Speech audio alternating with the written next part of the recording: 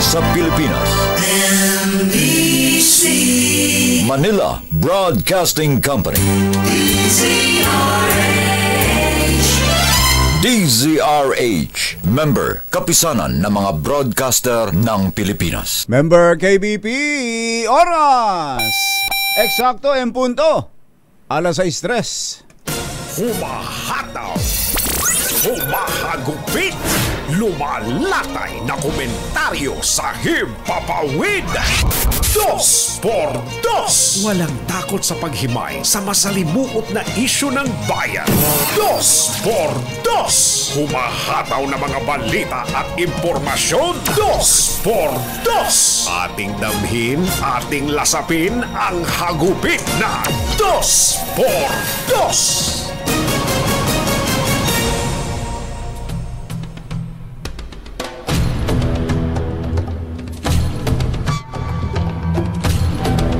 Hindi raw po haharangin ng pamahalaan ang anumang warrant of arrest na isisilbi ng Interpol sakaling magpalabas nito ang International Criminal Court kaugnay sa drug war ni dating Pangulong Rodrigo Duterte. Ito po ang idineklara ni Justice Secretary Boying Remulla na nagsabing bagamat hindi na miyembro ng ICC ang Pilipinas, nananatili naman itong bahagi at miyembro ng Interpol. Naku po, naloko na. Ayon sa Justice Secretary, ang Interpol at ICC o International Criminal Court ay magkapartner sa paglaban sa international crime, kaya tungkulin ng bansa na tulungan ito sakaling magsilbi ng arrest warrant laban kay Duterte at iba pang personalidad na isinasangkot sa madugong drug war. Ginawa ng kalihim ang pahayag isang araw matapos sabihin ni dating Senador Antonio Trillanes na humihirit na ang ICC sa Interpol na ilagay sa Blue Notice ang ilang opisyal kasama si Senator Bato de la Rosa at iba pa. Isyu ng bayan, katotohanan. 2x2. Maitim ang balak, magtago ka na. 2x2. Si Jerry at si Anthony narito na. 2x2. Hahataw ng todo, urado ka. 2x2. Ang katotohanan dala nila. 2x2. Walang sinasamba pali, maniwala ka. 2x2. Hataw ng gusto, tol, umasa ka. 2x2. 2x2.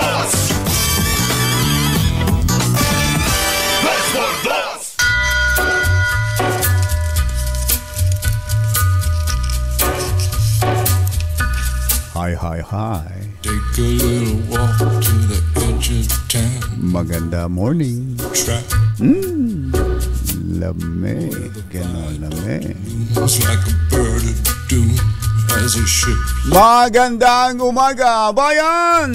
Ito po si Jerry Baha. In the border Humahabol si Anthony Taberna. flies, man, you know we have Muli pong sumama sa inyo ang 2x2 sa umagang ito ng bridge across the Friday! Yuhuu! Kumusta kayo mga textmates, mga text partners, mga kapamilya, kapuso, kapatid, kabarkada, mga kapitbahay? Magandang panahon natin nitong mga nakakaraang araw. Medyo yung mga nakaranas ng matinding pagsubok nitong bagyong Karina at Habagat ay unti-unti nang nakaka-recover, nakakabangon. Ang mga batang nagsimula ng magsipasok nitong linggong ito, papunta na naman sa bakasyon, papunta na naman sa weekend. Ayan. Kumusta ba ang mga estudyante natin? Been the whole Meron na naman bang mga new friends, new teachers? single thing At syempre ang mga nanay na naghahatid ng kanilang mga anak. ghost. Oo, marami na naman, may mga bago na naman kasitsita. Whispering his name through this distance. Marami na namang mga bagong kamarites. In his cold At maraming pinag-uusapan. Lalo na ang mga buhay ng may buhay. Ayan. Sigurado, number one topic ng mga yan, yung tungkol sa anak ni Ninyo Mulak, ano? you don't No?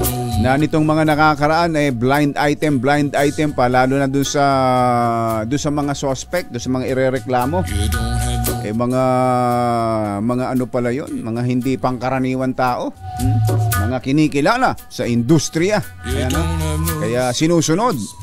you feel Yan ang nga sinasabi natin, yung kapag ginamit mo na ang iyong impluensya he comes through the laban sa isang mas mababang tao, mananagot ka na. Doon pa lang yun, ha? Doon pa lang yun. Lalo pa kung gamitan mo pa ng droga, ayan. Di ba? Kahapon sinasabi ni Morley, merong ganong impormasyon. Nilagyan daw ng kung anong droga yung pinainom. At saka dinala sa mga doon sa lugar na magagawa nila ang kanilang kabuktutan. So subaybayan natin yung mga pangyayari niyan. At syempre, ito hong biglang sumulpot ngayon itong si Justice Secretary Boying Rimulya, no? At parang si Papay na nakakain ng spinach. Ha? Secretary Boying, ha? Kami nasisiyahan at ikaw ay nakabalik. At mukhang unti-unting nakaka-recover ang iyong kalusugan. Parang nakainom nga nakakain ng spinach, no?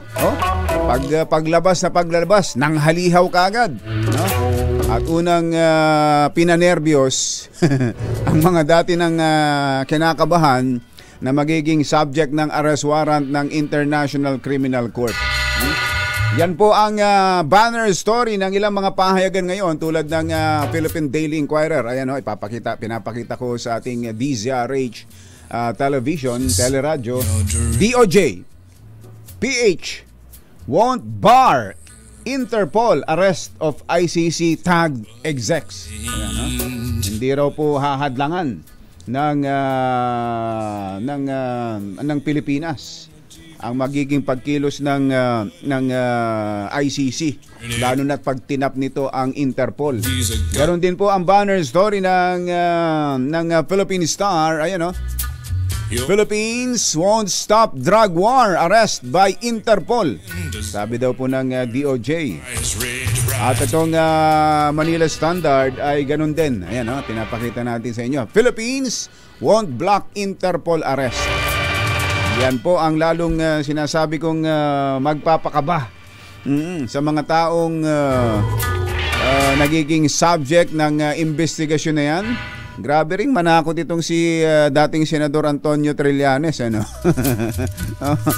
Siya ho ang salita ng salita dito, eh. Ano ba itong si Senator? Siya ba miyembro ng ICC? Siya ba'y investigador? Siya ba'y prosecutor ng ICC? Siya rin kasi ang nagsabi nun, eh. Siya po ang nagsagawa ng pagbubunyag na humihiling na ang ICC sa Interpol na ilagay na sa blue notice itong ilang individual na may kinalaman sa drug war. Isa pa rin yan sa susubaybayan natin. Bukod sa mga pahayag ni Secretary Rimulya tungkol dyan sa ICC, nag-comment din ito tungkol dun sa security, yung pagbawi ng security ng ilang police security ni Vice President Sara Duterte. Di ba? Ilan yung tinanggal? 75. Ang dami pa palang natira. Ang sabi ho ni Secretary Rimulya, meron pang 320 security personnel na nasa pangangalaga o nagbibigay ng proteksyon kay Vice President Sara Duterte. 320. At ito raw po ay mas marami pa. Totoo ba ito? Totoo ba ito? She still has 300 bodyguards. Sabi po ni Secretary Boying Rimulya, that's bigger than the President's contingent. Hindi lang natin pwede kasing, hindi naman kasi dinidetalye ang mga ganyang mga bagay, lalo na yung sa security ng Pangulo. Pero totoo ba yan, Secretary? Mas marami pa. So kung 320, yan na yung bilang ngayon, binawasan niya ng 75. So dati pala 400 plus yan. Ha? Pakarami naman palang paswelduhin niya na at pakainin niya na ang binabantayan lang ay isang tao. Dati raw pala ay 433 sa report ng Commission on Audit noong 2022. At sa kabuuan ay merong 683 staff sa kabuuan, kasama na yung security, ang Office of the Vice President dito ho kay Vice President Sara Duterte. Malayong-malayo daw yan mula sa dating 78 lang na security na ibinigay sa kasatapos yung sinundang Vice President na si Vice President Leni Robredo. At mga kunabayan, katunying at ka-Jerry 2x2. Ang matindi ho ay itong isinagawang pagbubunyag ni Sagip Party List Representative Rodante Marcoleta tungkol sa offshore account ni COMELEC Chairman George Garcia. Ako'y nagulantang to nung marinig ko eh. Totoo ba ito? Huh? At hindi lang isa, not once, but twice. Dalawa daw pong offshore account. Paano ba mag-open ng mga offshore account, Mother? Ikaw ba may alam sa ganyan? Turuan mo nga ako, paano ba yan? Magkaroon lang tayo ng, kahit naman na wala tayong maidideposito, malaman lang natin kung paano. Doon daw ho yan sa Cayman Island. Yun lang yun lang Cayman Island na yun. Nasaan ba yun? Saan ba malapit yun, Yuel? Malapit ba sa El Nido yun? Sa Cayman Island. At mukhang naglabas po ng mga ebidensya ito hong si Congressman Rodante Marcoleta. Mamaya alamin natin ipaliwanag niya sa atin. At siyempre pasagutin naman natin si COMELEC Chairman. At tanungin natin ng Chairman, laban tayo dyan. Tanungin natin kung anong katotohanan sa likod nitong mga aligasyon na ito laban sa kanya ni Congressman Rodante Marcoleta. Jerry Ba at Anthony Taberna sa 2x2 sa DZRH. Oras po natin, Mr. Jerome Tang, 6:16, alas 6:16 ng umaga, ACS Balita. Susunod na. Komentaryo 2x2. Balitang makatotohanan, balitang maaasahan. ACS Balita. Walang makakaligtas, walang makakalampas. Saan mang sulok ng kapuluan, Luzon, Visayas hanggang Kamindanawan, basta't may balita, ipagwagwagan ng sikat na tagapagbalita. ACS Balita. Kasama ang 2x2 tandem Anthony Taberna at Jerry Baha. ACS Balita. Ang programang ito ay hatid sa inyo ng ACS Manufacturing Corporation, ISO Certified, maker of world-class quality Pride detergent. Araw ng Friday, 2 ng Agosto 2024. Narito na po ang ulo ng ating ACS Balita. Malacanang, may maagang pamasko sa mga empleyado ng gobyerno. Pinoy Choir nakakuha ng gold sa 2024 World Choir Games sa New Zealand. DPWH kumanta na. Inamin na walang National Master Plan sa baha. Mayor Alice Go kakasuhan ng COMELEC. Fingerprint tumugma sa isang tumutugon sa pangalang Go Huaping. Demolisyon sa Pasay City, naging marahas, ilang residente sugatan. At magkapatid, edad 8 at 10, patay sa taga ng sariling ama sa Zambales. Misis at iba pang anak nasa kritikal na kondisyon. Magandang umaga Luzon, Visayas, Mindanao. Good morning Philippines! Hello world! Sa pangalan po ni Anthony Taberna, ito po si Jerry Baha. At ito ang ACS Balita. Alas 6:22 ang ating oras sa detalye ng ating mga balita. Sa atin muna ang ACS Good News. Good news nga ito para sa mga government workers dahil meron daw magiging maagang Pasko nila. Ito ay makarang i-anunsyo ng Department of Budget and Management na matatanggap na ng mga government workers ang first tranche ng kanilang salary increase ngayong taon.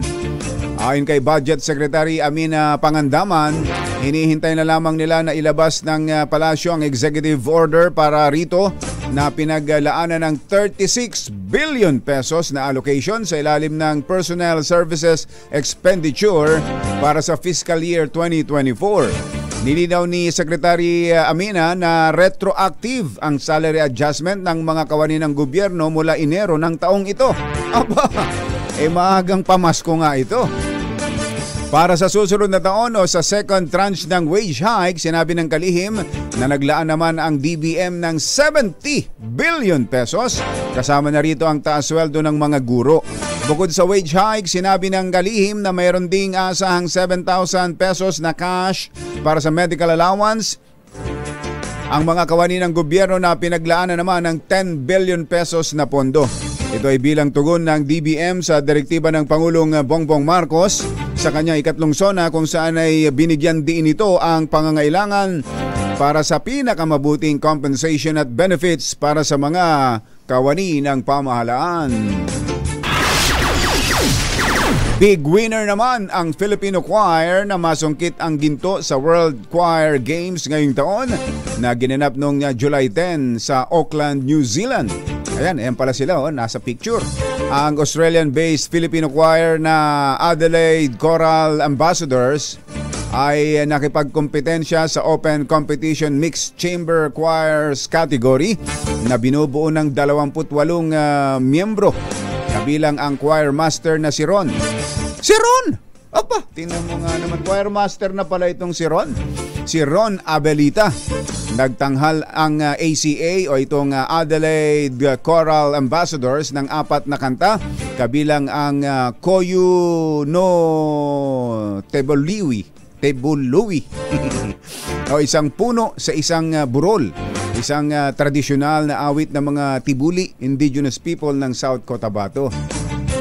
Ayon kay Hil Coste, co-founder ng ACA, masusing ni-research ng kanilang grupo ang kanilang repertoire at isinaalang-alang nila dito ang pagiging komplikado at antas ng kahirapan at harmony ng bawat awitin upang matiyak na maipapakita ang iba't ibang genre. Ang World Choir Games ang pinakamalaking choral competition at festival sa mundo. Opa. At ngayong taon ito ay nilahukan ng 11,000 mga awit mula sa 30 bansa. Ayan, congratulations! Sa Adelaide Choral Ambassadors. Pero ito ho'y Australian-based pero mga Pilipino. Sa ibang balita, inamin ni DPWH Secretary Manny Bonoan na walang National Flood Control Master Plan sa pagkontrol ng baha ang bansa. Sa pagharap sa pagdinig ng Senado, ginisa si Bonoan ng mga senador dahil sa kakulangan ng master plan sa pagkontrol sa baha tulad ng naranasan sa kasagsagan ng bagyong Karina at Habagat. Sinabi ni Bonoan na ina-update pa ang feasibility at master plan sa ilang aspeto nito.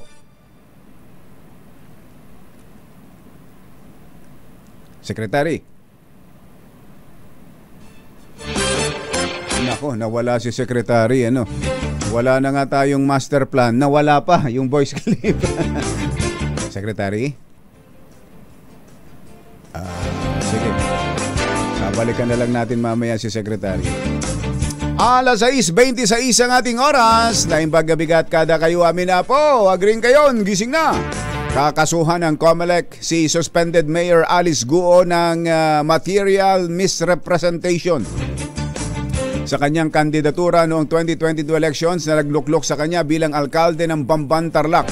Ito'y matapos lumitaw sa investigasyon ng COMELEC fact-finding team na magkatugma ang election records ni Mayor Alice Guo sa fingerprint ng isang Chinese national na si Go Huaping, kasunod ng ginawang fingerprint analysis ng komisyon.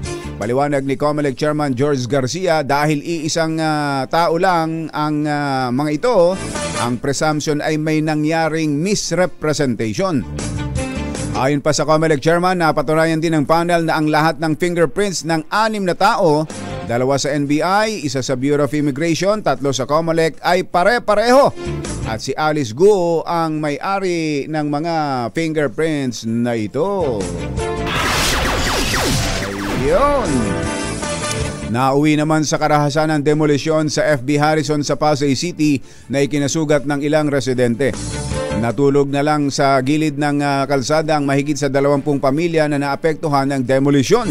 Ayon sa ilang residente, ito ay dahil sa walang naging paunang abiso ang biglang pagdating ng demolition team kahapon. Wala na rin daw silang malilipatan o matutuluyan, lalo't sakto lang din sa pang-araw-araw ang kanilang kinikita. Kaya naman humiling sila ngayon sa pamahalaan na lalo na kay Pangulong Bongbong Marcos na sana'y mabigyan sila ng pabahay.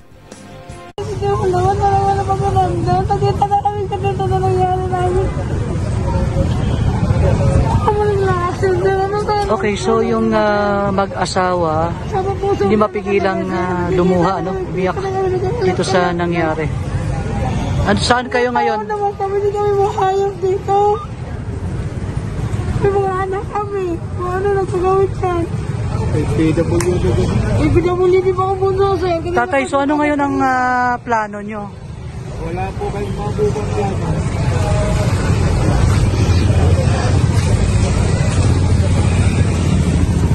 Siguro po, kami naman, doon kami sa mga anak namin. Darap namin may mga pamilya na rin na nalipat na sa sinakay na ng mga asawa nila. Doon muna kami. Mga anak pa na. Yun. Yan ang sitwasyon talaga, no? Sa maraming lugar dito sa atin, lalo na dito sa Metro Manila.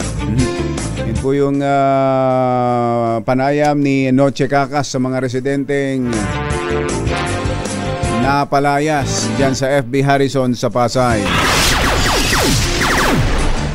Patay naman sa taga ng bolo ng isang ama ang kanyang sariling 2 anak na minor de edad, habang sugatan ng isa pang anak at ang misis nito. Ito po'y nangyari dyan sa Iba, Zambales. Kinilala ni Police Major Rolando Balion, Chief ng Iba Municipal Police Office, ang mga biktima na sina Alex Jen, 10 taong gulang, at Brett Jr., 8 taong gulang, habang nasa kritikal na kondisyon ang kanilang ina na si Mary Jane Mercado, 27 anyos, at ang bunsong anak na si Brix, 4 na taong gulang. Kinilala naman ang suspect na si Brett Mercado, 30 anyos, isang construction worker. Sa investigasyon, sinabi ni Mary Jane na ginising siya ng asawa at humingi ng tawad bago sila pinagtataga ng bolo sa hindi malamang dahilan. Matapos gawin ang krimen, tumawag ito ng tricycle at pinakiusapan ng driver na dalhin ang kanyang mag-iina sa ospital. Ayon kay Mary Jane, hindi niya alam kung bakit nagawa ng mister ang krimen dahil hindi naman ito gumagamit ng droga. Sinabi ng ginang na masakit sa kanya na masaksihan ang ginawang pagtaga mismo ng kanyang mister sa kanilang mga anak, at sa sobrang galit nito ay tumagos ang bolo. Naku po, Mariosa. Siyempre, mga murang-mura ang katawan ng mga batang yun. Edad na 8 at 10. Ay, naku. Susunod! Ano nga ba? Totoo nga ba ito? Meron nga bang mga offshore accounts si COMELEC Chairman George Garcia? Totoo ba ito? Ano ba ang mga ebidensya na hawak ni Congressman Rodante Marcoleta? Yan at iba pang mga nagbabagang balita sa pagpapatuloy ng ACS Balita. alas 6:31. This time check is brought. Ang balitang makakaligtas, walang balitang makakalampas. Saan mang sulok ng kapuluan? ACS Balita! ACS Balita! Ang programang ito ay hatid sa inyo ng ACS Manufacturing Corporation, ISO Certified, maker ng world-class quality Pride detergent. Hi, hi, hi! Maganda morning! Ano bang araw today, mga kumbatsero? Sabay-sabay tayo, ha? Today is Laundry Day Friday! Yuhuu! At pag Laundry Day, all you need is Pride washing machine detergent. May triple stain away formula kaya tanggal ang makapit, madikit, malupit na dumit man siya, kaya easy ang labada. Kaya pala mula noon hanggang ngayon, all you need is Pride. All you need is Pride. ACS. Kasama ang 2x2 Tandem Anthony Taberna at Jerry Baha. ACS Balita. Mabigat ho itong mga paratang ni Congressman Rodante Marcoleta laban kay COMELEC Chairman George Garcia. Yung offshore account, pagkakaroon ng offshore accounts. Not once, but twice. Hindi lang daw ho isa, kundi dalawa. Yun ang lagi nating di ba? Lagi mga balita noon sa mga nagiging opisyal ng gobyerno na nangungurakot ng pera at inilalabas ng ating bansa. Nangurakot na nga, inilabas pa ng bansa. Ganun lang lagi sa mga naririnig natin noon. Ngayon, ano kayang mga ebidensya merong hawak itong si Congressman Rodante Marcoleta ng Sagip Party List? Congressman, magandang morning. Si Ka Jerry po ito. Magandang umaga sa iyo, Ka Jerry. Kumusta ka na? Ay, mabuti po, Kong. At si kumbatsero lang meron lang mahalagang tinakbo. Kaya hindi nakarating ngayon. Okay, sabi ko nga po, Kong, napakabigat nitong mga binitawan ninyong ito, mga aligasyon ninyong ito. Una ho, bakit ba kayo nagkaroon ng ganitong impormasyon at paano niyo nasundan ito at nagkaroon kayo ng mga hawak na mga dokumentong ganyan? Kung maalala mo, Ka Jerry, hello? Apo, go ahead po. Nung una tayong nag-conduct ng press con, ipinangako ko na i-verify natin ito. Kaya noon ay hindi ko pinangalanan kung sino man yung nakalagay na pangalan dun sa mga tentative information na nakuha ko noon.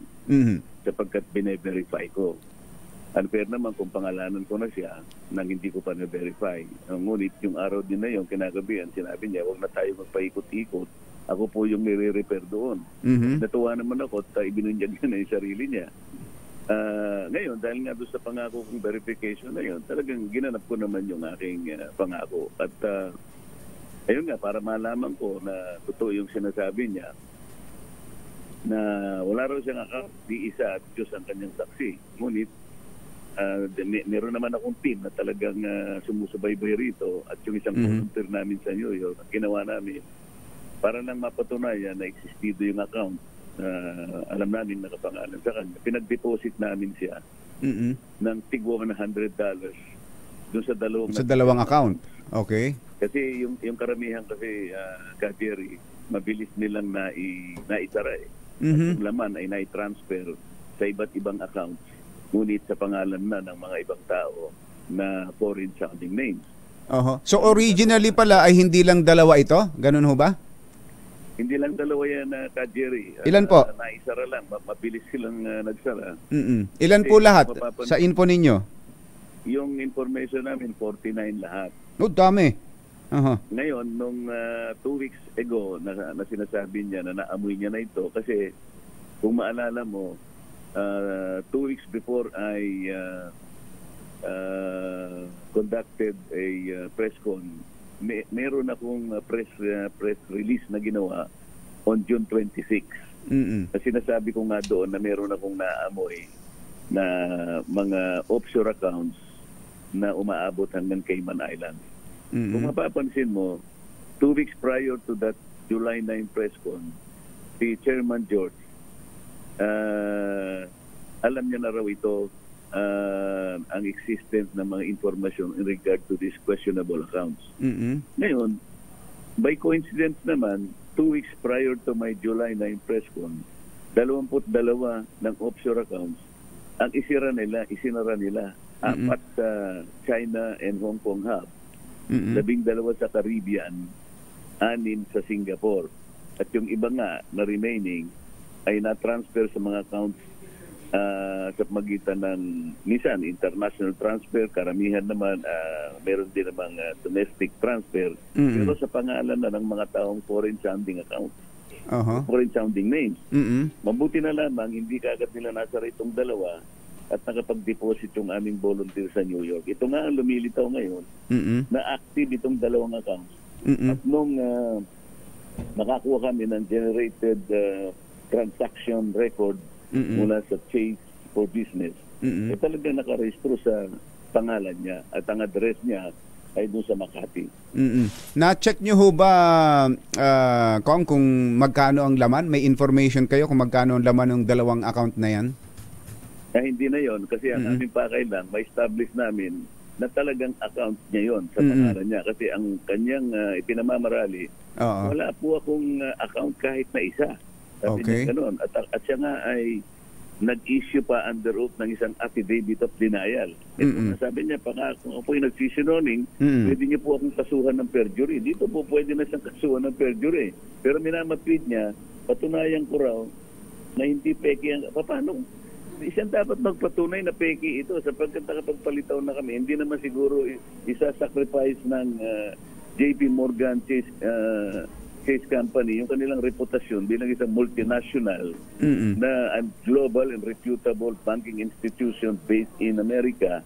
Kung itong mga na-generate na mga records na to ay peke, malinaw na malinaw pati yung account activity nung nag-deposit na ipakita namin na debit sa account ngayon $200 kasama na yung kasi merong fee kasi Jerry, magdi-deposit ka sa account ng iba using online, ito yung Chase for Business, merong corresponding fee. Tama, So yung $100 ang fee nun is 40. So dalawa $40. Ngayon, pag tiningnan mo yung transaction, yung activity, account activity ng may-ari ng account na nag-deposit sa New York, lumilitaw talaga na na-deposit yung $200, $100 each to those existing active accounts in the name of Chairman George. Opo. Karaniwan no na tayo, kaya alam naman natin dito sa atin sa banking system, pag nag-deposit, minsan nga account number lang pwede na. May time naman na kung alam mo yung pangalan, pwedeng ilagay yung pangalan kung saan mo idinideposito. Di ho ba? Tama. Tama. Pero dito, nung bumalik yung pinaka-transaction receipt niya, nakalagay ho ang pangalan, pati address? Pati address. Unang-una, yung mismong transaction record, meron tayong nakuha in both accounts. Pareho ang account name ay George Erwin Mojica Garcia. Yung account number nandun, yung huling 4 lang ang pinakikita pero alam na namin yung buong account number. Pero pag ikaw yung nag-transact online, yung huling 4 na digits lang ang pinalilitaw. Tama po. So in both of these transaction records, meron tayong kopya. At bukod doon sa dalawang transaction record na lumilitaw na account niya nga itong dalawang ito with his address in Makati. Yung account activity naman nung nag-deposit, talagang lumilitaw na nag-deposit siya at na-debit niya. Na-debit sa account niya. $200 pati yung balance na natitira mula dun sa kanyang existing balance. Lumilitaw na talagang na-debit yung 200. Nabawas. At yung corresponding fee. Opo, pero yun hong address, dun ba sa deposit slip ay o sa transfer slip nakalagay yung inilalagay, hindi naman ho inilalagay yung address na yun kapag magta-transfer ka online o magdi-deposit. Pero dito sa forma ng Chase for Business yung nailalagay yung account number, yung account name, pati address So yung nag-deposit kong ay hindi niya inilagay yung address. Nung magbigay na lang ng resibo yung bangko, sila sa kanila galing yung address. Ganun po ba? sa resibo nila ng bangko? Talagang lilitaw doon sa transaction record pala na itong Chase, kapag ka nag-deposit ka sa isang account, account number ang lilitaw, pangalan ng may account, at saka yung address niya. Oo. Kumpleto pala, no? Kukuha naman ng parang debit statement naman yung nagresibo, makikita naman doon na talagang na-debit naman yung account niya. Kaya itong tatlong dokumentong hawak ko, nagpapatunay talaga na mayroong aktibong account sa pangalan ni Chairman George, sapagkat na-establish natin na na-receive nga yung $100 in those particular accounts. Noon pong i-deposit yung dalawang tigwa $100, ay inilagay po ba yung account number lang o yung pangalan lang o pareho yung account number at pangalan dun sa pagdi-deposit? Ang account number kasi ay malinaw na nandoon. Sa palagay ko, ang account number ang material dito. Opo. At ito ay ginawa nila on July 26, pareho eh. July 26, 2024, nag-deposit doon sa account number ending 8562 at saka doon sa account ending 0750. At nung bumalik, magbigay ng resibo yung bangko ay may pangalan na. May pangalan na. Ganun ho ba? Anong bangko po ito, Kong? Yung pinagkunan niya ng yung kung saan na-deposit yung dalawang tigo 100. Ito yung kanyang personal savings account 0000-012-58562. Ito, kinumpleto ko na yung account. Ito yung account niya. Sa anong bangko po? Dito sa Cayman Island National Bank. Cayman Island National Bank. Ito namang isang account number 10763-000-10750. Scotia Bank, Cayman Island. Okay. At ang huling transaction dito, bago pa ka nakapag-deposit ng tigo $100, doon sa Cayman Island National Bank, ang last transaction niya, withdrawal transfer, was made on July 2, 2024. Kaya aktibo eh. Isa naman, yung Scotia Bank, Cayman Island, ang last withdrawal transfer niya was made on July 11, 2024. Okay. So, tapos nakapag-deposit nga ng tigo $100 in these two respective bank accounts. Okay, so ano pong bukod sa pagkakaroon ng offshore accounts, ano po ang gusto ninyong ipunto rito? Saan ba galing sa hinala ninyo ang pondong inilalagay at bakit inilalagay sa ganyang offshore account? May mga bangko naman tayo dito.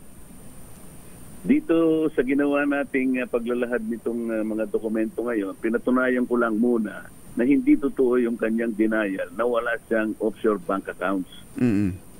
Kasi pala sinabi niya yon, kahit isa wala, Diyos ang aking saksi, at ako ay nag-execute kanya ng affidavit of denial na under oath para kung sakaling ako'y nagsisinungaling, ako po pwede nilang kasuhan. Ito maliwanag. Kapag hindi niya napatunay, kasi sinasabi niya uli na peki ito, pero hindi dapat ganon.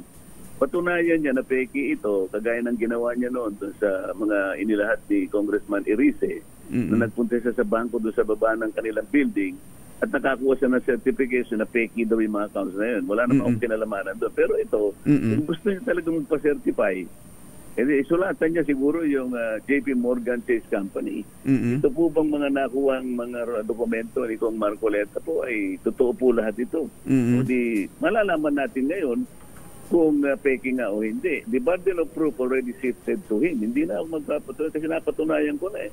Para sa I am concerned, itong mga dokumentong ito are authentic, untampered, and therefore conclusive. Okay.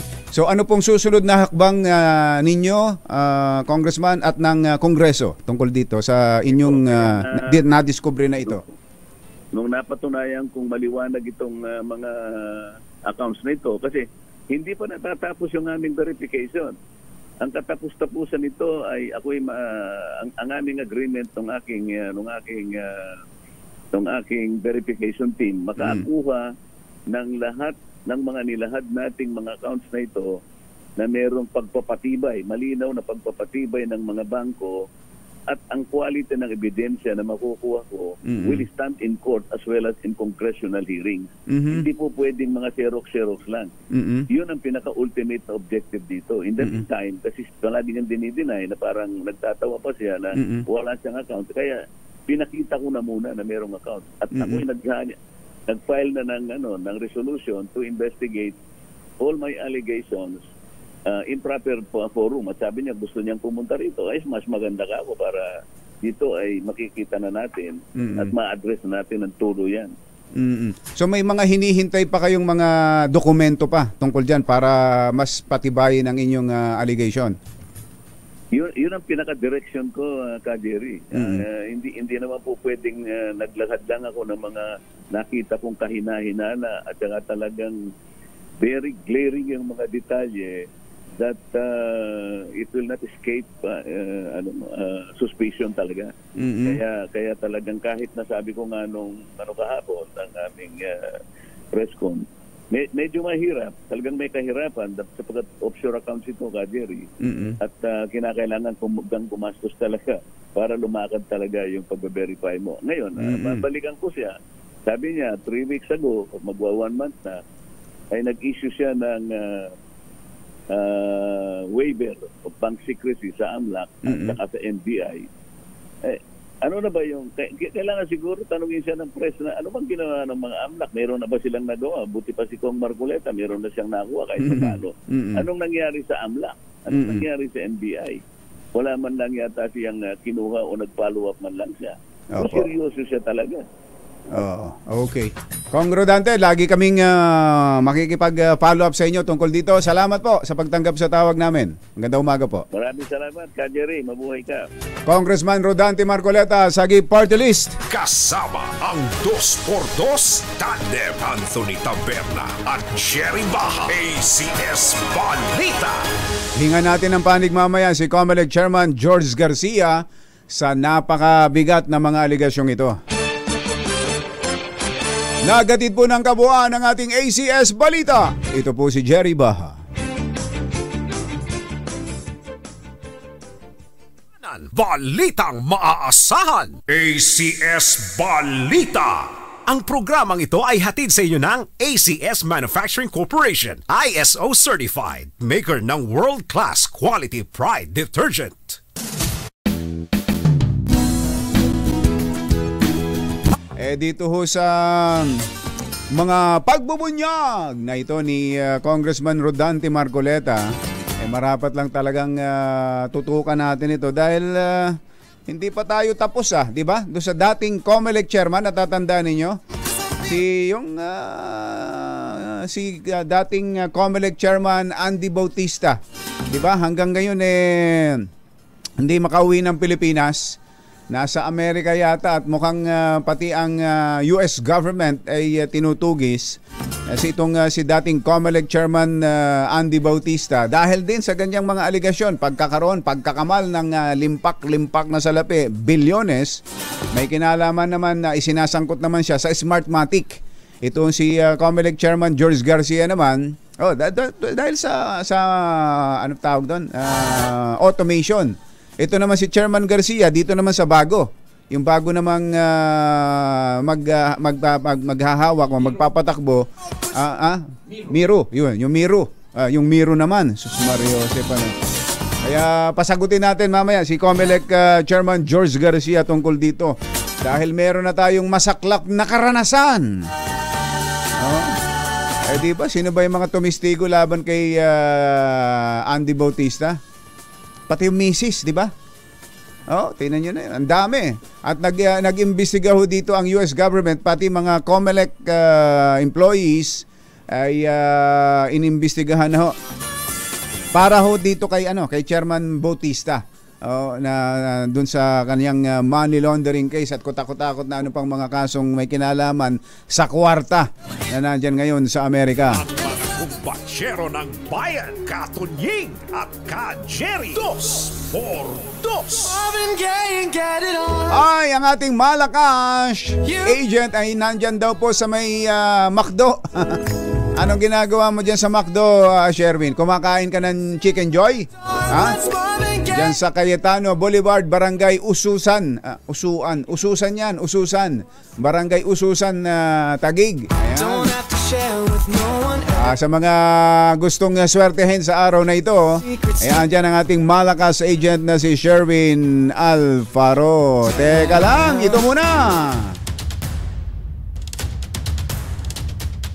Binalikan ng ating RH reporter ang mga na-demolish dyan sa FB Harrison sa Pasay. Kumustahin natin ang kanilang kalagayan. Nasa kalsada na lang. Ang FB Harrison, napakaliit na kalsada yan. Salubungan lang yan. Pero major road yan ng Pasay.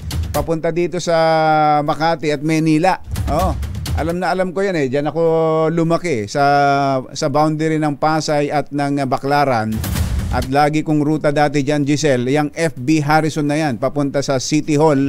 Sa likod ng City Hall, Pasay City Hall, ay yung eskwelahang kung tawagin ay Pasay City West High School. Ayan. Kakawayan namin lagi dyan, yung mga preso dyan. Habang nag-aaral kami dyan, paglabas namin, kakaway-kaway sa amin yung mga preso na nandyan sa Pasay City Jail.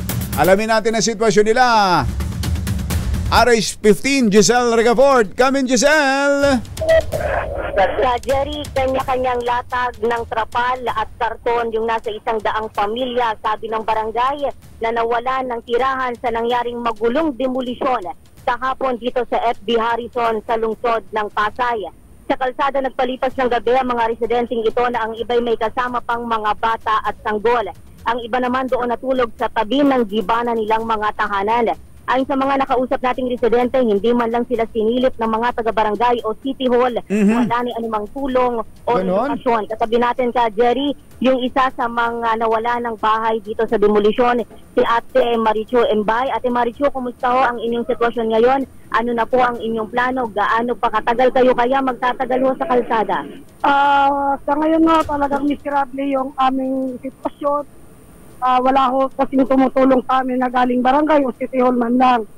Ang plano po namin, hindi po kami aalis dito hanggat hindi kami tinutulungan ng City Hall.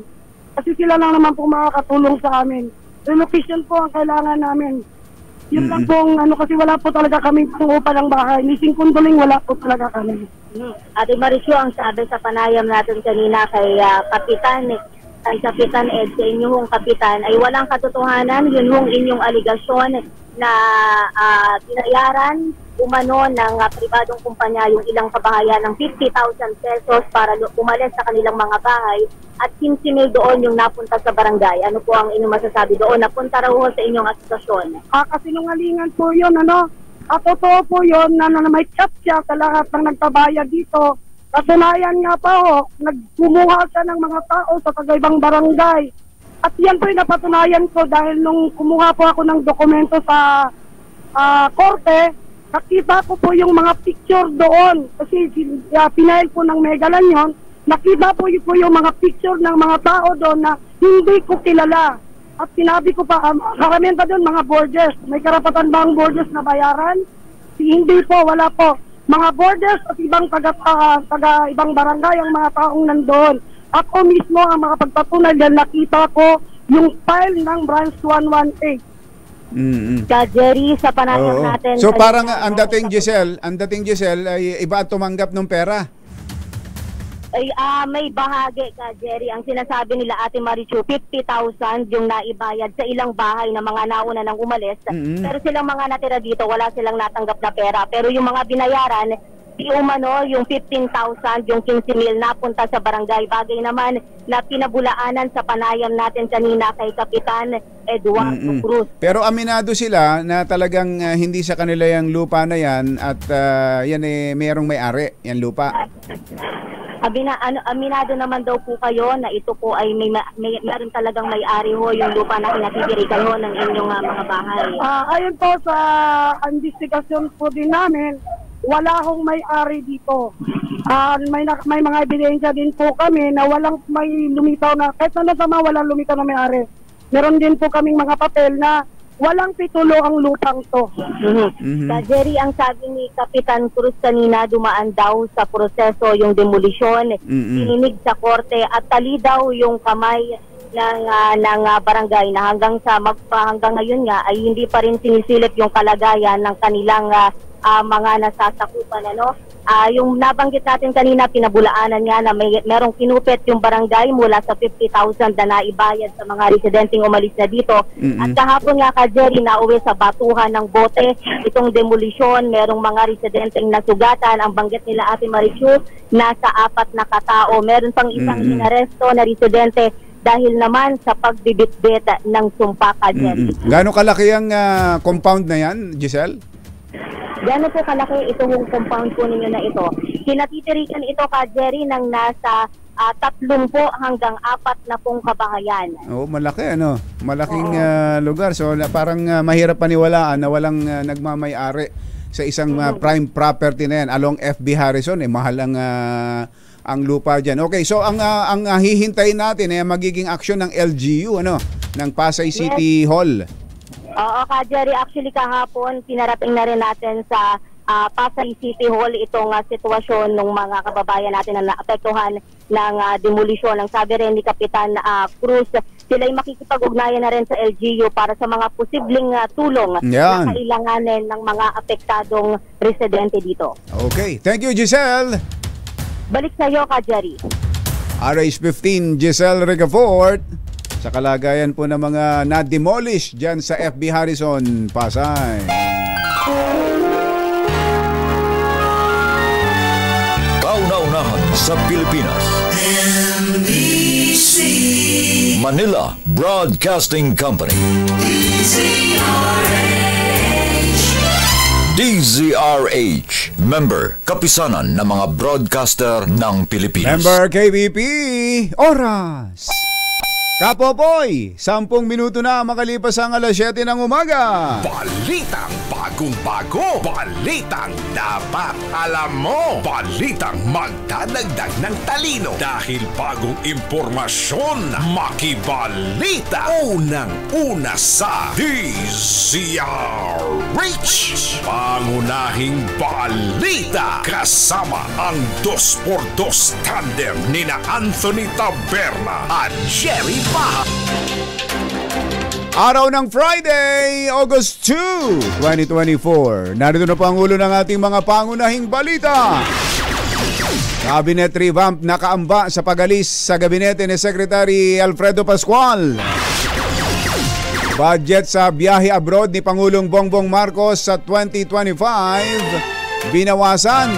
Budget naman ni VP Sara, itinaas. Pagsisilbi ng arrest warrant ng Interpol laban sa mga sospek sa drug war, hindi pipigilan ng pamahalaan. VP Sara, may mahigit 300 pa ring bodyguards kahit inalisan na ng 75 police escorts. Presyo ng itlog tumaas pa ng 10 piso hanggang 20 pesos. 10 hanggang 20 pesos kada tray. At tatay na depressed ng iwanan ng live-in partner. Pinatay ang sariling baby bago nagbigti. Magandang umaga Luzon, Visayas, Mindanao. Good morning Philippines. Hello world. Sa pangalan po ni Anthony Taberna. Ito po si Jerry Baha. At ito ang Pangunahing balita.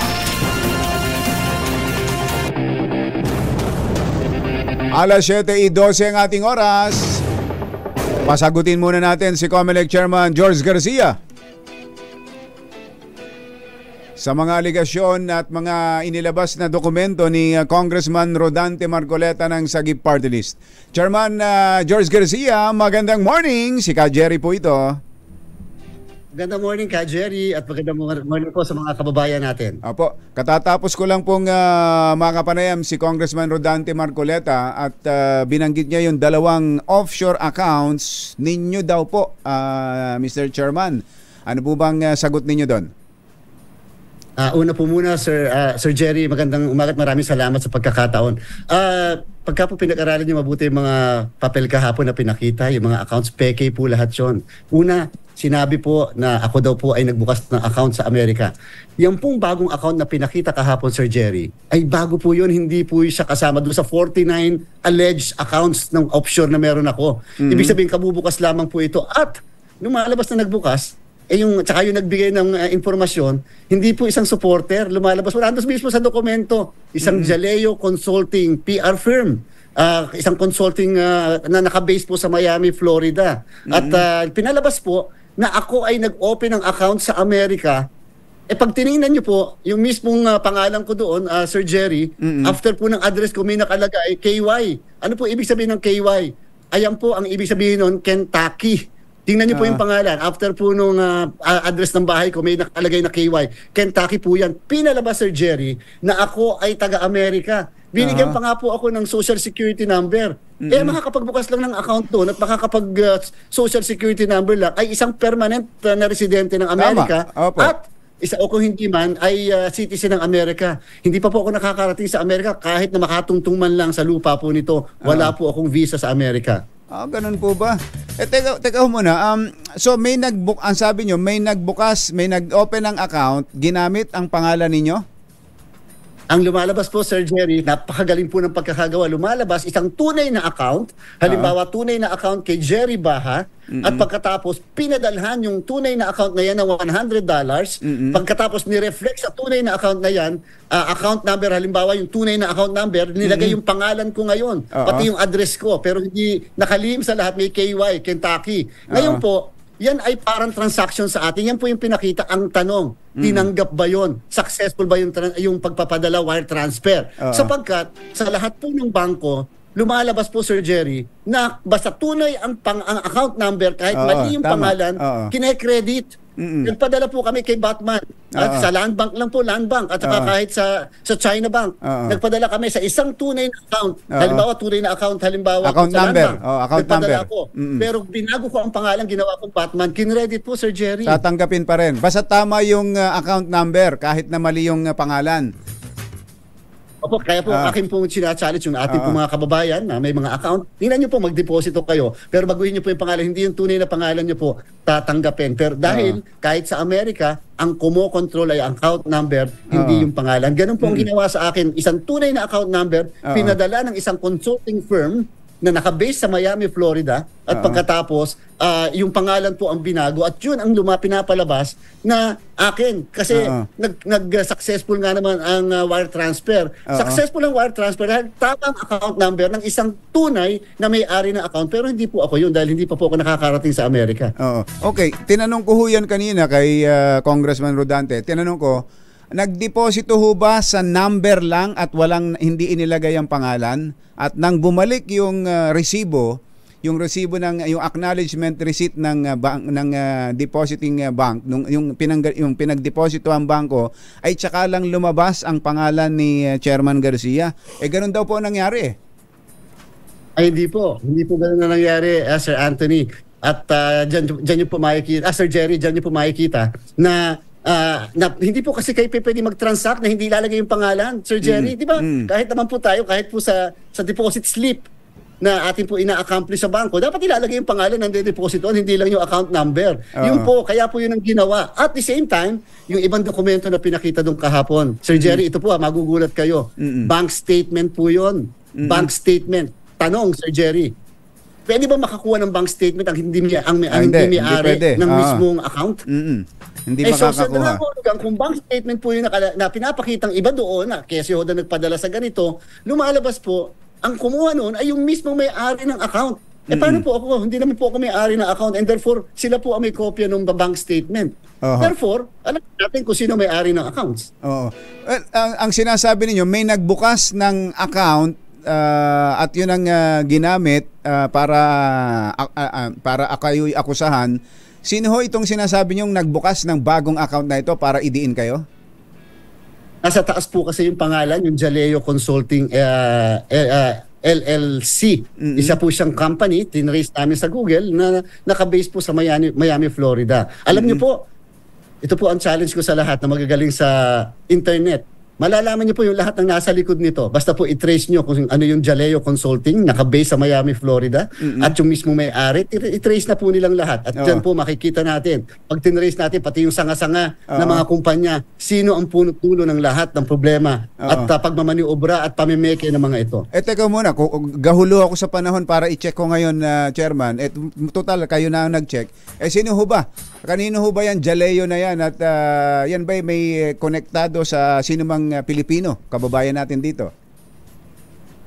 Hindi po Pilipino, konektado po sa isang malaking kumpanya rin. At abangan nyo na lang po yung susunod na kabanata. Total, ako po gustong-gusto ko magkaroon ng hearing. Dahil maganda rin ma-reveal sino ang nagbigay sa akin ng white paper na katulad ng mismong binabasa nung unang press conference. Yung white paper na allegedly may 49 bank accounts ako at may mga foreign properties. Maganda po dahil isa pong miyembro ng Kongreso din yon at malalaman sino ang naglako sa kanya at ano ang ipinangako sa kanya. Okay. So ito hong account number 1076300100750 sa Scotia Bank, Primary Savings Bank, tsaka itong account number na kutakot-takot ang 0, tapos 1258562 dyan daw sa Cayman National Bank ay hindi po sa inyo ito, Chairman. Di po, paano po ako makakapag-open? Hindi pa po ako nakakapunta sa mga bansang yan. Sana po na-research man lang nila na hindi pa po ako nakakapunta. Dadalwa lang po ang visa ko sa buhay kong ito eh. Kaya man po sabihin, Sir Jerry. So, ibig sabihin, paano po ka makakapag-open ng account kung mismong pagpunta doon hindi mo magawa? So, hindi po akin yung mga accounts. And in fact, nung nagsama sila nung nakaraan ng 6 na local accounts, yun po ang pagkakamali nila. Kaya po nakafocus na lang sila ngayon sa foreign accounts eh. Yung sa local accounts, napaverify ko lahat. Ang sabi ng mga bangko, peke lahat yung mga account numbers at walang ganyang George Erwin Garcia na nakapangalan sa aming bangko. So ibig sabihin, doon pa lang sa 6 na local banks, pineke na at mali ay yung mga accounts. Ibig sabihin, tingnan nyo na lang po itong foreign accounts na to. At bakit dito kayo nagko-concentrate sa US account, Sir Jerry, na wala sa 49 original na allegedly akin na mga accounts. Okay, kung hindi ho sa inyo to at kung wala kayong offshore accounts, kaya nyo ba, pwede ba kayong mag-issue ng ano ba doon, waiver na kung ano man ang makikita nilang offshore account, na kung magkano man ang laman, kanila na? Sir Jerry, nung una pa man pong press conference, ako po'y nag-issue na kaagad same day ng absolute waiver of all of these accounts na nakalista doon. Kahit pa yung binabanggit kahapon, absolute waiver po yan. Sinabit ko po sa Anti-Money Laundering Council at saka sa National Bureau of Investigation. At, Sir Jerry, ako po ay nag-issue ng isang affidavit of denial. Ibig sabihin, pag nagsisinungaling ako, pwede akong kasuhan na mag-perjury na may kulong ng 6 hanggang 1 araw na pagkakakulong. Ngayon po, ang akin pong hamon, Sir Jerry, ako po nanunumpa doon sa sinasabi ko. Sana naman po, yung lahat ng akusasyon sa akin ay papanumpaan din. Napaka-unfair po, Sir Jerry. Ako po, ordinaryong mamamayan, katulad nyo rin po at mga nakikinig at nanonood sa atin, wala po tayong immunity. Ang problema ko po, yung nag-aakusa sa akin, may immunity. Paano naman po? Hindi po equal. Tapos pinanumpaan ko, yung akusasyon sa akin, wala po misrepresentation, misinformation, fake news, at marites na tutuusin. May sabi ho ni Congressman Rodante, nakapaglabas na sila ng mga ebidensya, ang burden of proof daw po ay nasa inyo na. Naku, wala po, hindi po nasi-shift ang burden of proof. Napakadali mag-akusa. Sasabihin ko nga, kung ganito po, kung ako kaya ang mag-akusa at akusa ko sa kanila, yung lahat ng 49 bank accounts na kanila yan, sila po ba, number 1, magre-resign? Number 2, justification ba yan sa pagpapatawag ng hearing? Pero sige po, ako po, gusto ko magpatawag ng hearing, Sir Jerry, upang makita lahat yung pamimeke at pagpa-falsify ng mga dokumento. In fact, susulat na rin po ako sa USDOJ sapagkat bank fraud po yung ginawa dito. Sir Jerry, pinalabas ng isang tao ang may-ari ng mga accounts na hindi naman dahil hindi pa nakakapunta kahit kailan doon sa mga bankong yan. So bank fraud ho yun? Bank fraud po yan. Alam nyo, ang Amerika, kahit na nasa ibang bansa ka, basta nag-commit ka ng bank fraud o kaya yung ibang kaso, may jurisdiction, nahahanap po nila yan, Sir Jerry. Opo. Okay. So may mga dokumento para po silang hinihintay para mas lalong patibayin yung mga aligasyon laban sa inyo at saka kayo patatawag sa hearing sa Kongreso. po yung mga dokumentong sa ngayon palagay ko pinepeke pa at ginagawa ng paraan. So sana po mapag-aralan muna nila yung mga nilalabas na mga papel. Kasi po yung unang naglabas ng 49 na kuryente. Bakit? Naglabas din kasi ng local accounts na patunayan fake. Biglang nag-shift ngayon. Nag-shift ngayon, isang bagong account, pang 50 ko na pong account pala yan. Para lumalabas. Nag-shift ng bagong account, Amerika na. Buti na lang po sa Amerika. Kasi napakahigpit po ang Amerika. Kailangan niyo po, para mag-open doon ng account, Sir Jerry, Social Security Number. Ang mabibigyan lang po ng Social Security Number ay isang permanent resident o citizen ng Amerika. Hindi pa nga po nakakatuntong sa Amerika. So paano ka magkakaroon ng Social Security Number?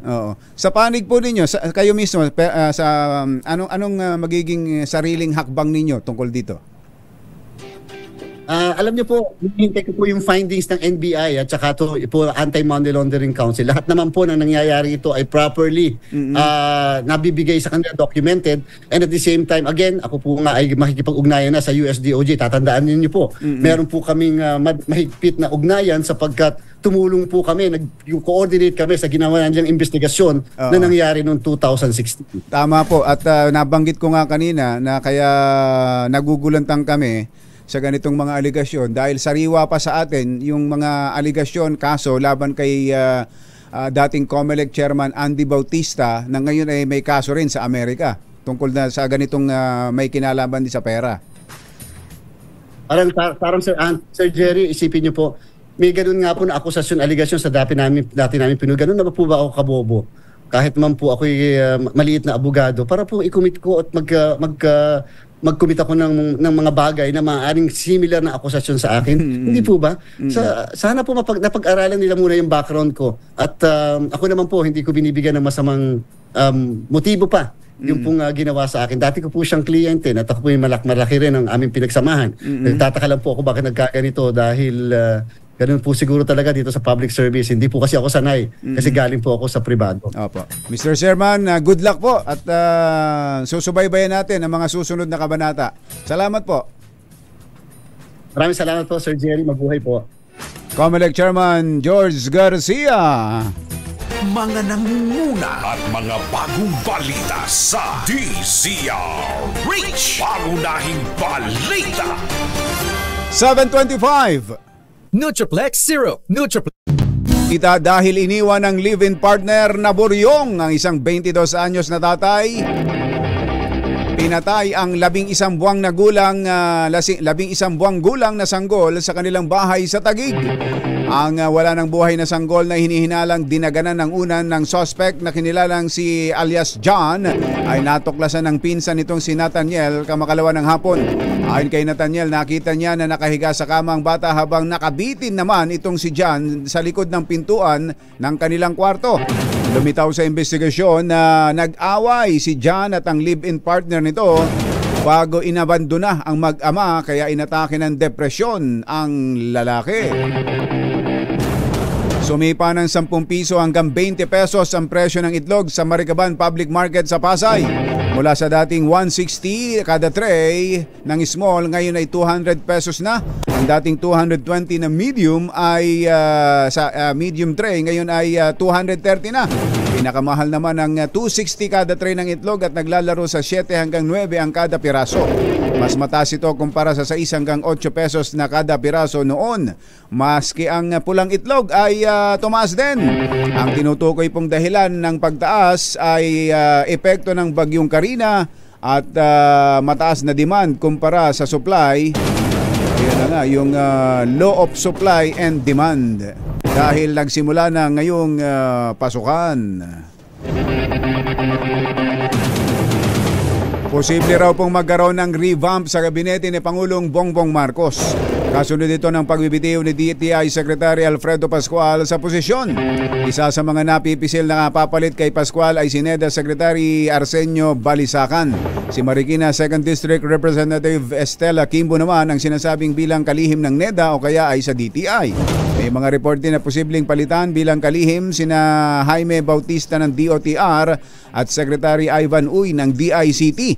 Sa ngayon ay wala pang inaanunsyo Malacanang na papalit sa nagbitiw na si Secretary Pascual. Tinapyasan ng 8% ang travel fund ng Pangulong Bongbong Marcos sa ilalim ng 2025 national budget. Katumbas ito ng 1.054 billion na mas bababa kumpara sa 1.14 billion na pondo ng Office of the President ngayong taon para sa local at international travels. Samantala, tumaas naman ng 8% ang panukalang pondo para sa Office of the Vice President para sa susunod na taon. Hindi pipigilan ng pamahalaan ang pag-aresto ng Interpol sa mga dati at kasalukuyang opisyal na isinasangkot sa drug war ng Duterte administration. Ayon kay Justice Secretary Crispin Remulla, igagalang ng ahensya sakaling maghain ng warrant of arrest ang Interpol sa mga sangkot sa madugong drug war. Ayon sa kalihim, maaaring mag-request ang ICC sa Interpol upang magpatupad ng arrest order. Samantala, kinumpirma naman ito na mayroong request mula sa ICC prosecutor para interviewin ang mga high-ranking police officers na under suspicion dahil sa naturang kampanya. Gayunman, hindi pa nila ito napag-uusapan ni Pangulong Bongbong Marcos. Teka, mamigay muna tayo ng pera. At may stickering din na sinasagawa ngayon ang ating RH6 Sherwin Alfaro. Makinig maigi dahil baka nasa area mo ngayon ang swerte. Pwede ka magpadikit ng DZRH sticker at pwede ka ring manalo ng 1,000 pesos sa DZRH Mas Malakas ang Dikit Stickering Promo. Alamin na ang location ng ating roaming team. Andyan sa Barangay Ususan sa Taguig, ang ating stickering promo at malakas agent na si RH6, Sherwin Alfaro. Go, go, go, Sherwin! Yes, Jerry, dito na tayo sa may letter M yan, no? Letter M sa may Cayetano Boulevard. Dito yan sa Barangay Ususan, Taguig. Kung saan Masarap bang McChicken Joy dyan? Masarap ang chicken joy nila dito. Kasi, ayan. Saka bagong-bago. Oo, bagong-bago yan Yan, bagong-bagong luto yung chicken joy nila. At unang-unang nga nagpadikit ng DZRH sticker itong Grab Taxi. Si Noli Arriaga. Si Noli? Aba, kabayan! Tignan mo naman kanyang interior. Kanyang radyo ay nakatune in sa DZRH. Kaya naman, dinikita natin ang DZRH sticker yung kanyang Grab car. Yan, Grab car. Matagal ka nang nakikinig sa DZRH? Matagal na po, matagal na. At sino pa ba sa mga anak sa tuwing umaga? Anthony Tapena, saka Chipa. Anthony Tapena at si Jerry ba, meron kang 1,000 pesos. Thank you. At syempre meron ka rin umbrella yan dahil alam namin yan ang kailangan. Umbrella ka. Meron ka pang DZRH t-shirt pampalit dyan kasi baka basa na yung damit mo. At meron ka pang grocery bag mula sa DZRH. Yan, ano masasabi mo? Salamat, Mr. Jerry Baha. Anthony Tapena. At ako, hindi lang yan. Chinese, may pagka-Chinese ba yan si Kuya Noli? Parang Chinese ba? Hindi po. Pangasinan po ako. Ilocano. Ganun ba? Pangasinan. Medyo singkit pero namumula-mula. Aba, talaga naman. Chinito. Kung tawagin Chinito. Pero ito, isa pang humahabol. Ano naman, Van? Manungakan niya. At saan mo napakinggan? Kanina kasi si Kuya napakinggan niya. Nasa ibang lista siya. Kaya naman saan nyo napakinggan na nandito kami? Nandito po ako sa umiikot ako dito sa Escala. Pupunta ako dito. Talagang papunta kayo dito sa may Cayetano. Yes, sir. Yes. At Tiyempo. Napakinggan mo. Sino paborito mga announcer sa umaga? Si Jerry Baha, si Anthony Taberna. Jerry Baha, Anthony Taberna. Bigyan din natin ng 1,000 pesos. Yay! Akpat! Ganito. At syempre meron ka pang DZRH umbrella, DZRH t-shirt. Yan, sa yan. Naku, napakalaking salamat nito. At meron ka rin group wala sa DZRH. Ay, naku sir, maraming sa programa nyo. Napakalaking salamat po. Yan. Ako po isang malaking tulong at napakasaya ko po sa araw na ito. Diba? Nakapagpasaya naman tayo. Yun. Yan importante, masaya. Nagpatikit na ng DZRH sticker sa kanya. Masaya pa sila. At syempre meron pang premyo. Yan ang importante. Yan po ang napakaganda si Alex. Kaya tuwing umaga makikinig po kayo. O, yan na. Ayan, yan. May payo pa, no? Sa mga nais manalo, mag-tune in lang sa Deezer H at manalo ng 1,000 pesos sa Deezer H Mas Malakash. From ours number 6, Sherwin Bata Alfaro, DZRH. Una sa Pilipinas, una sa Pilipino. Thank you, Sherwin. Mamaya pupuntahan naman natin ang Kadiwa Center. At ando na ba ang mas murang bigas? Happy birthday kay Dayan Santiago. Dayan, birthday mo pala ha.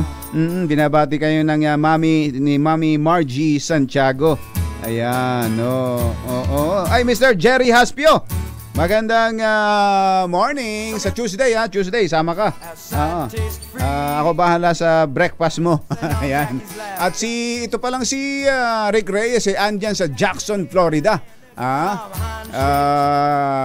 Rick Reyes, pagbukas mo nga kami ng offshore account dyan. Baka sakali. Ipagbukas mo nga kami ng offshore account dyan sa Jackson, Florida.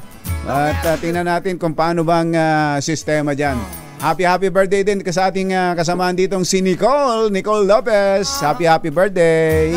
Wala pa ba? Wala pa. Ito na. Ako na bahala. Para may pa-breakfast na si Nicole Lopez.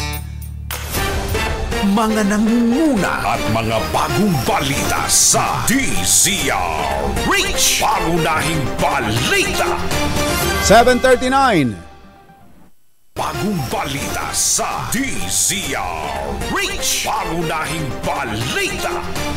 May binibida lang sa akin nitong nakaraan si Kumbatsero tungkol sa experience ng kanyang piloto na si Bailon ngayon na nakaiwas daw sa mahabang pila sa bangko kasi gumamit siya ng service assist kiosk ng BDO. Ayan, tandaan po ninyo service assist kiosk ng BDO.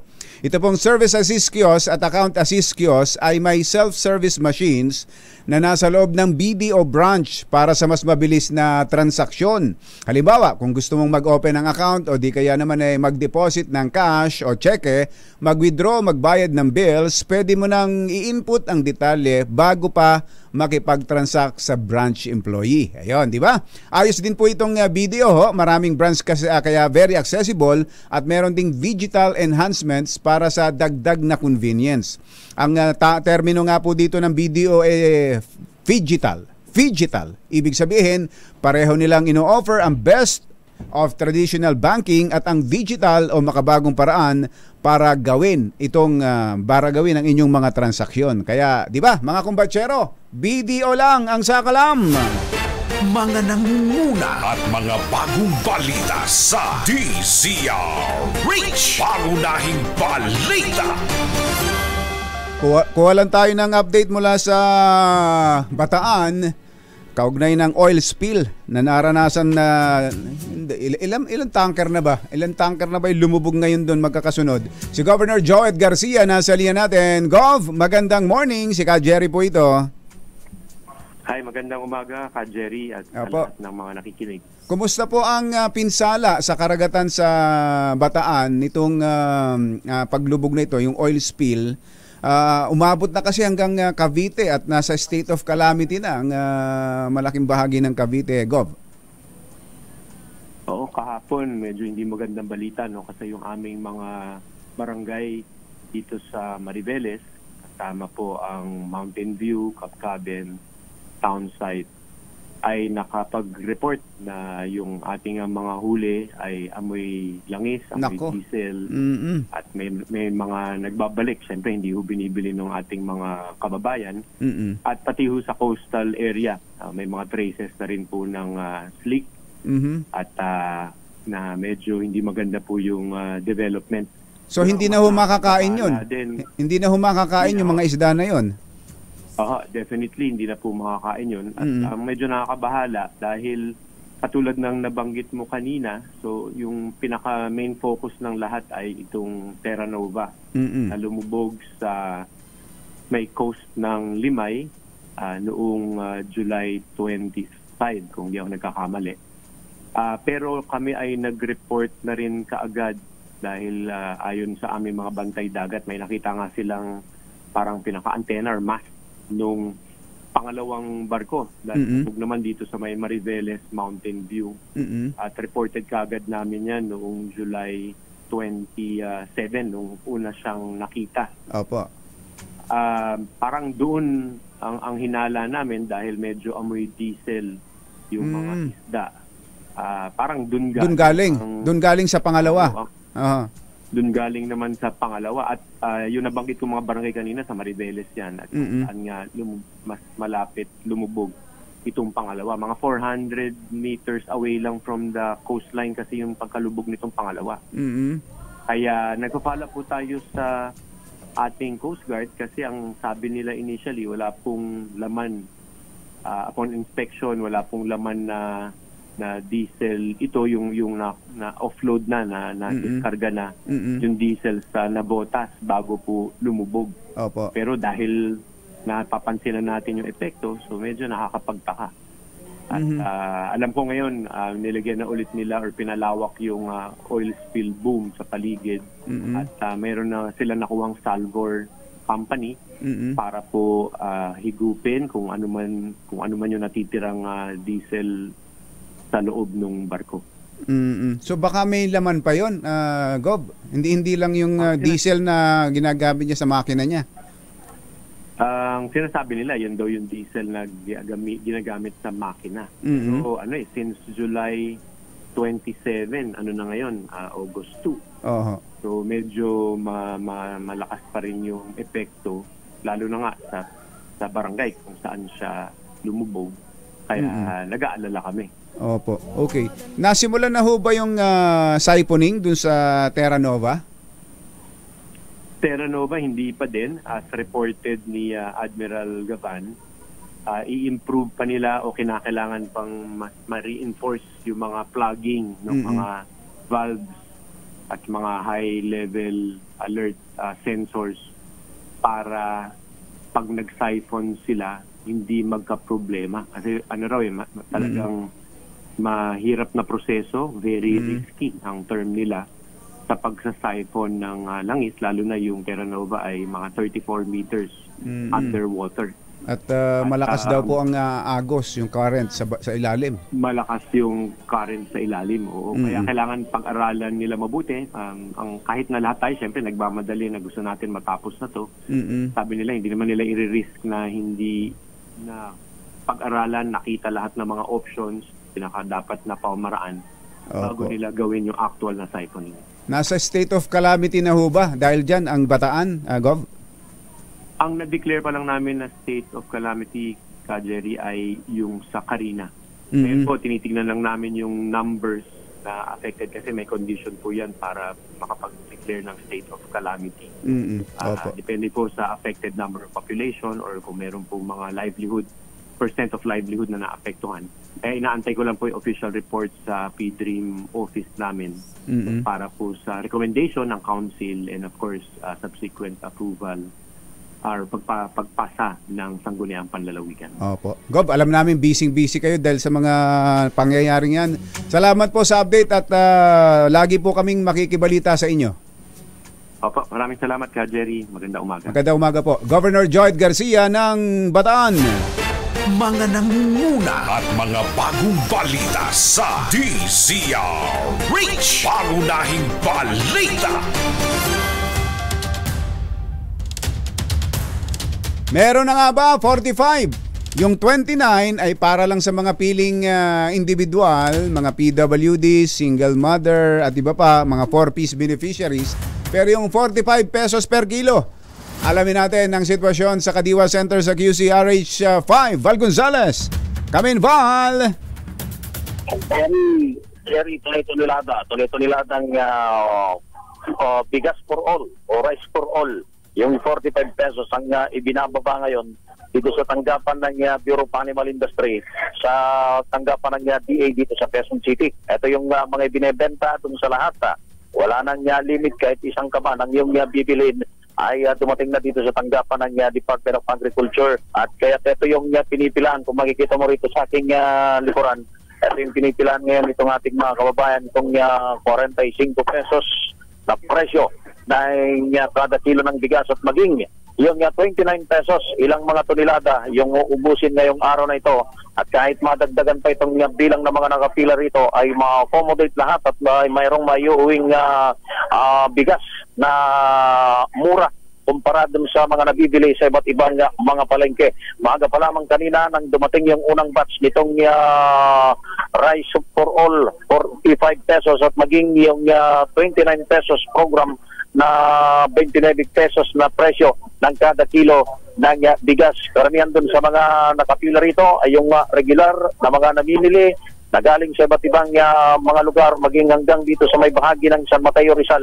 ay dito nakapila dahil alam na nila at dito sila makakabili ng murang presyo ng mga bilihin. Dahil hindi lamang Jerry 29 pesos at 45 pesos ang presyo ng kada kilo ng bigas yung mabibili, dahil yung kamatis na mabibili ng nasa 180 pesos doon sa ibang mga palengke at ay 150 pesos lamang mabibili dito sa Kadiwa Center, dito sa kahabaan nitong Visayas Avenue, dito sa Quezon City. Yung sibuyas na 110 sa mga palengke, 85 pesos lamang dito sa Kadiwa Center.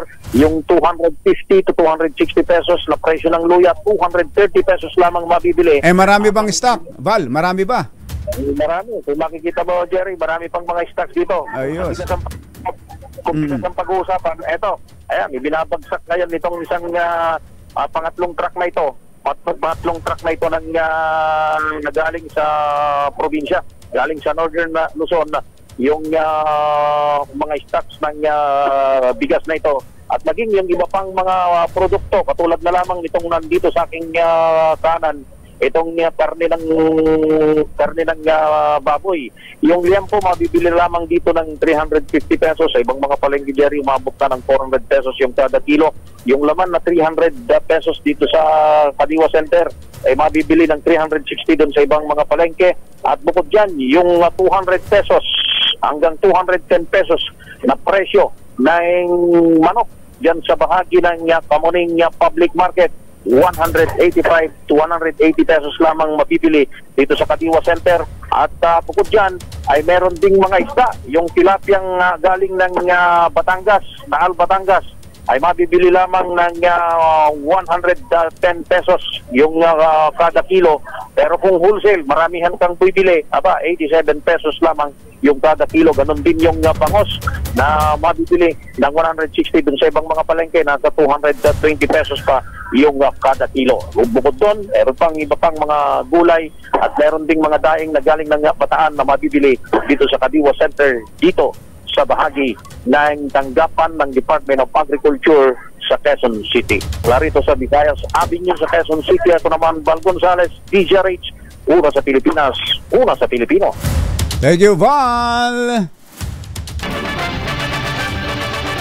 Flash Report. Flash Report! May natrap, may sunog sa Binondo, Maynila at may natrap. Abangan po ang detalye mula kay RH29, Boy Gonzales. Ay, baka may mga kailangan ng ayusin sa inyong mga bahay tulad ng bubong. Buti na lang may bubong na maaasahan. Gawa sa state-of-the-art technology, may aluminum na, may pintura pa. Now available na rin sa pre-painted tiles pan. Para sa eleganteng bubong na matibay na makulay pa, mag-Jerry Loom, pre-painted ka na. Ay, Miss Cecil Bactad Marino dyan sa Provincial Investment Office ng Aurora. Lagi daw silang nakatutok dyan sa Baler. Ayan. Magandang umaga po sa inyo dyan. Kailan ba nyo kami imbitahin dyan sa Costa Pacifica? Ayan. At nang makapag-surfing naman dyan, Miss Cecil Bactad Marino. At syempre, kapag kayo ay bibiyahe, nandito na ang all-new Cherry Tiggo 5X Pro Hybrid. Ang pinakabagong hybrid vehicle na makakasama mo sa pang-araw-araw na biyahe ng barkada o pamilya. Fuel efficient at 6 sa features na swak sa katulad mong naghahanap ng sasakyang pangmalakasan ng dating. Safe at panalo sa advanced functionality. Meron itong 1.5 liter turbocharged engine, 48 volt hybrid system na nagpapababa sa fuel consumption. O, diba? Swabe sa kalsada, tipid sa gasolina. Secured ka dito dahil meron din itong 6 na airbags, full LED lights, at double row daytime running lights, tulong para sa mas ligtas na biyahe. Kaya naman kung gusto mo pang masubukan ang all-new Cherry Tiggo 5X Pro Hybrid, bumisita na sa pinakamalapit na Cherry Auto dealership o kaya i-check ang kanilang website www.cherryauto.ph. Ang mga kumbatsero ng bayan, Katunying at Ka-Jerry, 2x2. RH Number